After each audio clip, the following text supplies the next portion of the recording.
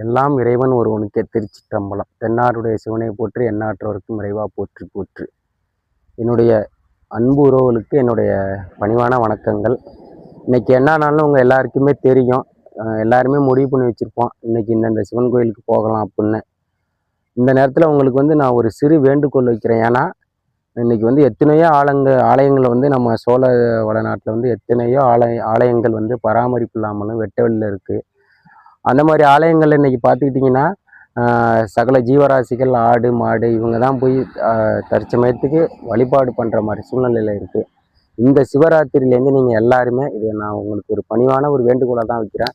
இந்த சிவராத்திரிலேருந்து இனிமேல் நீங்கள் எல்லா கோயிலுக்குமே போங்க. இந்த மாதிரி ஆலயங்களுக்கு போயிட்டு வர்றது மூலியமாக உங்கள் மூலியமாக அந்த இறைவன் அடுத்த கட்ட ஸ்டேஜுக்கு போவார்.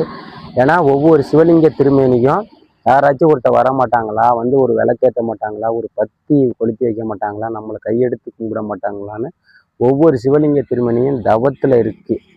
அதை நீங்கள் புரிஞ்சுக்கிட்டு இனிமேலாவது எல்லா ஆலயங்களுக்கு போங்க. அதே சேம் டைம் இந்த மாதிரி பராமரிப்பு இல்லாத வெட்ட வெளியில் இருக்கக்கூடிய ஆலயங்களுக்கும் போங்க. இது என்னுடைய வேண்டுகோள். சிவாய நம.